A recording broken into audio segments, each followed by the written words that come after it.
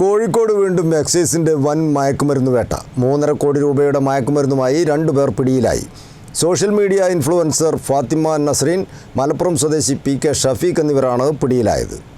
കുടുംബയാത്ര എന്ന വ്യാജേന രാജസ്ഥാനിൽ പോയി കൊണ്ടുവന്ന വൻ മയക്കുമരുന്ന് ശേഖരമാണ് എക്സൈസ് വകുപ്പ് പിടികൂടിയത്.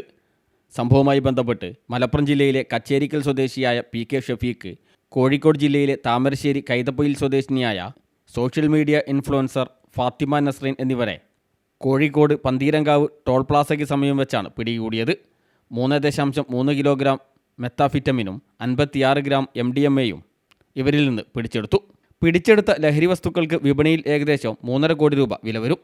രാജസ്ഥാനിൽ നിന്ന് റോഡ് മാർഗം കാറിൽ കടത്തിക്കൊണ്ടുവന്ന മയക്കുമരുന്ന് വാഹനത്തിൻ്റെ ബോണറ്റിനുള്ളിൽ ഡാഷ്ബോർഡിനോട് ചേർന്ന രഹസ്യ അറയിൽ അതിവിദഗ്ധമായി ഒളിപ്പിച്ച നിലയിലായിരുന്നു. 9 പൊതികളിലായാണ് ഇവ സൂക്ഷിച്ചിരുന്നത്. ഷഫീഖ് മുമ്പ് ഇത്തരം കേസുകളിൽ പ്രതിയായിട്ടുണ്ടെന്നും മലപ്പുറം, വയനാട് ജില്ലകളിൽ കേസുകൾ നിലവിലുണ്ടെന്നും അധികൃതർ അറിയിച്ചു. മംഗളൂരിൽ നിന്നുള്ള കുടുംബയാത്ര എന്ന വ്യാജേന സംശയം ഒഴിവാക്കുന്നതിനായാണ് ഫാത്തിമ നസ്രീനെ വാഹനത്തിൽ യാത്രക്കാരിയായി ഉൾപ്പെടുത്തിയതെന്നും അന്വേഷണത്തിൽ വ്യക്തമായി. സംഭവത്തിൽ ഉൾപ്പെട്ട ഇവരുടെ മറ്റ് സഹായികൾക്കായി എക്സൈസ് സംഘം അന്വേഷണം ഊർജിതമാക്കി. Case narcotic special squad register ചെയ്തിട്ടുണ്ട്.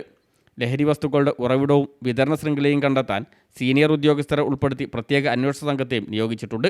എക്സൈസ് കമ്മീഷണറുടെ സ്ക്വാഡ്, കോഴിക്കോട് എക്സൈസ് ഇൻ്റലിജൻസ് വിഭാഗം, നാർക്കോട്ടിക് സ്പെഷ്യൽ സ്ക്വാഡ് എന്നിവ ചേർന്ന് എക്സൈസ് സൈബർ സെല്ലിൻ്റെ സഹായത്തോടെയാണ് വൻ മയക്കുമരുന്ന് ശേഖരം പിടികൂടിയത്. ന്യൂസ് ഡെസ്ക് CTV പ്രാദേശിക വാർത്ത.